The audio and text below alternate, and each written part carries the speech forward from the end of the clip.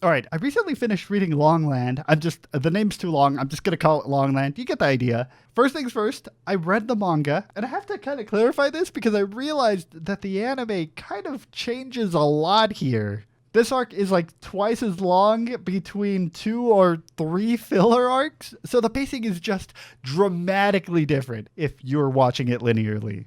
But I've just been reading it arc by arc with a small detour on G8. So this is just a manga. Got it? Okay. And this is going to be a spicy take because I think Longland might have felt more like filler than G8, which was actual filler. Now, I'm not talking about their quality. I'm talking about their impact to the narrative. If we ignore that last part with like the frozen person, what's their name? Admiral Aokiji? If we ignore that part, then Longland just becomes like a pretty self-contained, isolated story. And I think that's intentional. I mentioned that like One Piece so far feels like it's designed for like pseudo-episodic storylines. Like sure, every location can impact the story and be like super in-depth and heavy on world building like Alabasta and Skypiea or like Drum Island.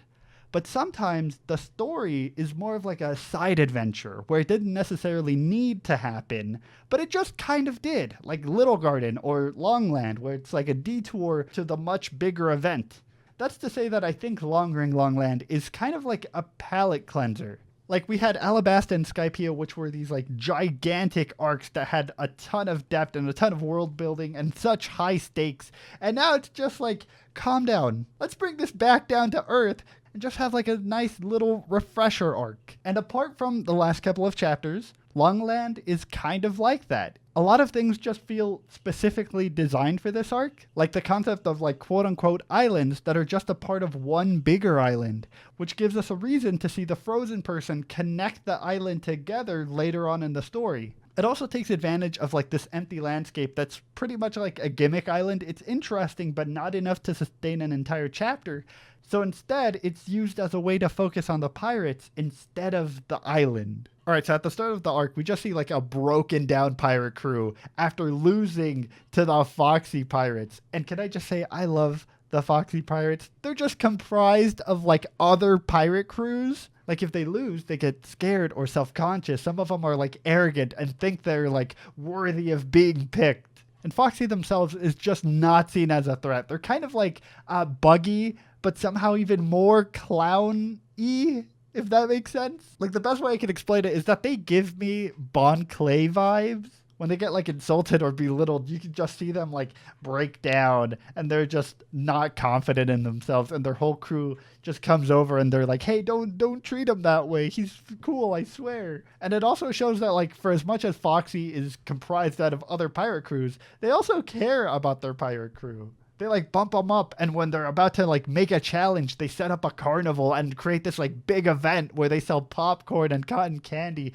And this is like clearly a spectacle. Throughout this entire event, there's like a person on a bird who just narrates the entire event, who does a really good job at just giving the whole challenge a vibe. They're just like on their little microphone narrating the entire event. Alongside the person on the bird, there's also like the woman who reminds me of a Despicable Me character. You know it's true. And the Davy fights themselves, I think, are an amazing concept. Like, the Davy fights are pretty low stakes, but they do give me just a ton of ideas. Like, one, what if the crew lost, though? Like, what if they just lost their entire crew that way? Then what would happen? The story just ends right there. Luffy gets taken, and now they're a part of that crew, and then that's just where they split off from the Straw Hats. That's just what happens. Or what if other pirate crews just competed against each other? Like, I could see Buggy or Bellamy or people from Mocktown and like Jaya going over and like competing in these Davy fights.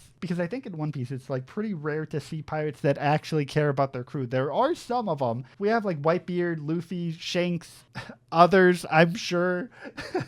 I don't remember. But there are also some like captains that don't care about their crewmates. I'm talking about like Alvida and Buggy, pirates who would just be such a fan of these Davy fights and who would be like, oh, we lost a crew member? Go over there. Oh, we got a crew member? Come over here. And they would just all be competing since everyone in these type of pirate crews knows what they're up against, right? They're not like too invested in their pirate captain, and they would be more than willing to like go back and forth. Since like most of the time, I'm assuming that like these pirates are in it for like the gold or the spectacle, and the Davy fights are like the epitome of that. You're gonna get both of those things here. Overall, it's just like, what other challenges do they have? They got popcorn and everything. Interference is allowed. Like, what if one pirate crew just like killed the other pirate crew halfway through and you still have to compete in these Davy fights? Everything's allowed. I'm just saying, I really dig the concept here. But I should note, here's where things get different, right? All right, since the anime is slightly different from the manga, and since I'm just discussing the manga, I feel like I gotta give you a quick refresher. So there are only 3 challenges to compete in. Challenge number 1 is a race where Chopper is lost.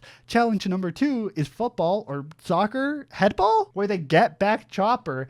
And challenge number 3 is boxing, where Luffy wins and steals the flag in round 3. So in challenge 1, the race, we got like Usopp, Nami, and Robin who have to like build a boat and race. And in these specific challenges, we get to see the individual characters have their moments. We get to see Usopp's quick thinking with the use of an impact dial. They're falling behind and they're like, well, this thing gotta give us a boost. And I love that they bring back the impact dial. It's not just like a one-off thing. They have them from Skypiea and they just keep showing him here. Like, we didn't forget about Skypiea. We're immediately using an impact dial. Even in G8, they used an impact dial, but that was kind of like filler. So I'm glad that they kept it in here too.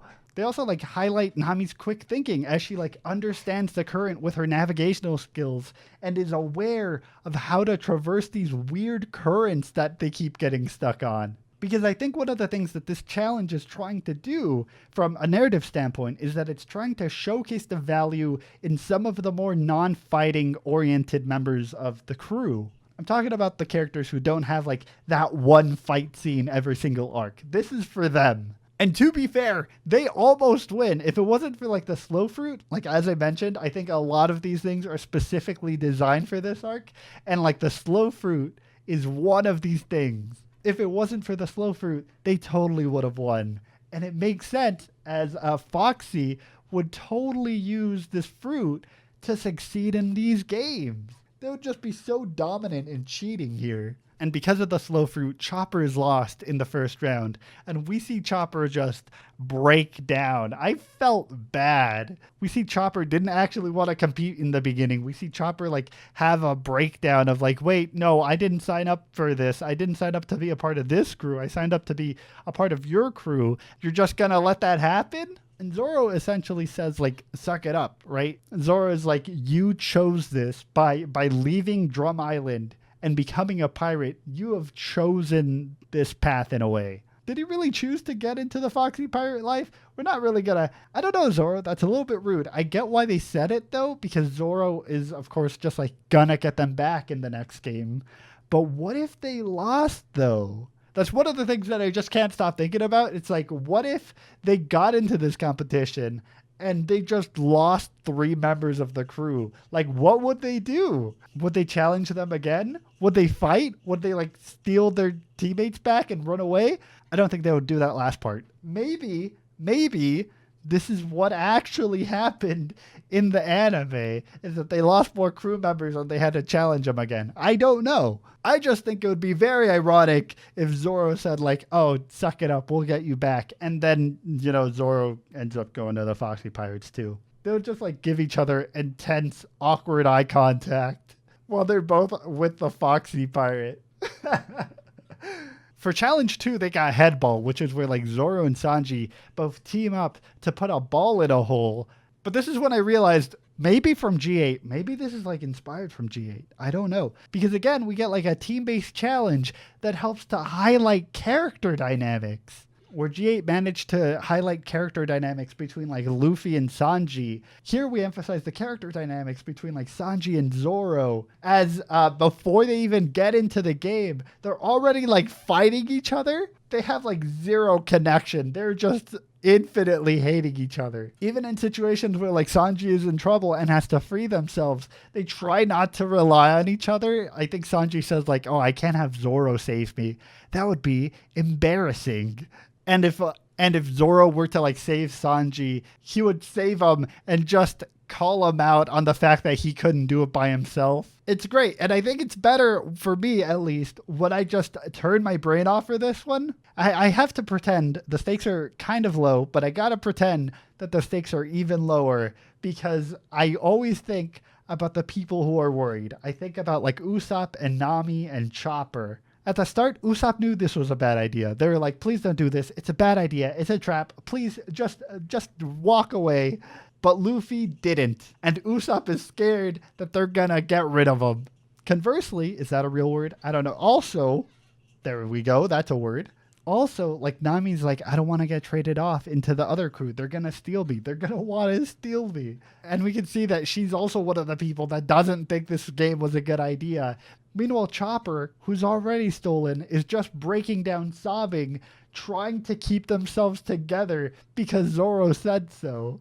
And I just think about like how stressed these characters are from this situation. Like, I don't know. I just feel bad for Chopper. But eventually they do get him back. They get back Choppy, which I think that's what Despicable Me Girl calls him. That's her name. I don't remember it. And I think this is when I realized that I think Chopper just got like, if we look back at Drum Island, it's like, oof. Chopper looks different. Chopper had like a glow up I think mid Alabasta, they started to look different. And after that, Chopper was reinvented. The like warm weather really impacted Chopper's look. Though they were also thinking like, instead of getting back Chopper, we could just steal Foxy and automatically win round 3. Instead of it being Luffy and Foxy fighting, we could just steal Foxy and he would be a part of our crew. And then that's an instant win for round 3, and then we would also get back Chopper. But they preferred to fight rather than just have Foxy as part of their crew, which that must be such a big diss. That must be so heartbreaking to hear like, no, we don't want you. We would rather have to fight you than have you as a part of our team. So Luffy and Foxy decide to actually box for round 3, and we end up getting like Usopp as a hype man. We just get like a total genre shift in a boxing segment as like Usopp gives Luffy an afro and everything. Meanwhile, Foxy's got that gut. And as this like genre shift happens, it's just one of those situations where you got to turn your brain off and you're like, this is happening? Yeah, sure. Okay, I guess we're doing this now. Which, since this is like the main event, I guess I should stress that like this is where the Foxy Pirates cheat. Like there are technically rules, but you could also just break them. Like the crew could have cheated if they wanted to. But they didn't. They chose to win fairly. They cheated where they were supposed to fight in. And then later in the boxing arena, where Foxy pulls out just like a Gundam, the crew just goes along with it. And we see the unique slow fruit being used on Luffy, and it's then followed up by a timer, which after it counts down to 0, just destroys Luffy. And it happens over and over again. But Luffy keeps getting back up saying, I will not lose my crew. And you can see the whole crowd start to cheer for Luffy, which is possibly like one of my favorite tropes, which is like the enemy cheering for the good guy. This is another part where I mentioned that like things here are designed specifically for this arc because it gives us an amazing gimmick, which is the countdown to 0. When Foxy uses it on Luffy, we get the anticipation for it to count to 0 before we see Luffy just get destroyed.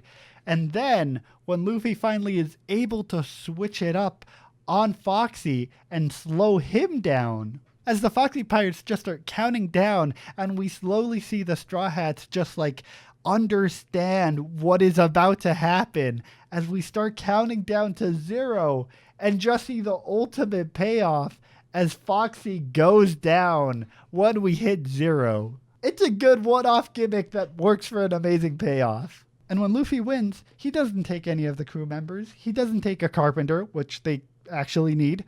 But in the end, Luffy just decides to steal the flag and replace it with like a very poorly drawn Luffy flag, which is even more disrespectful.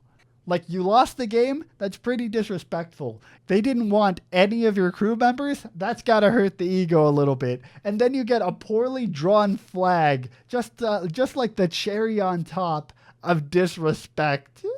The Foxy Pirates are so hurt.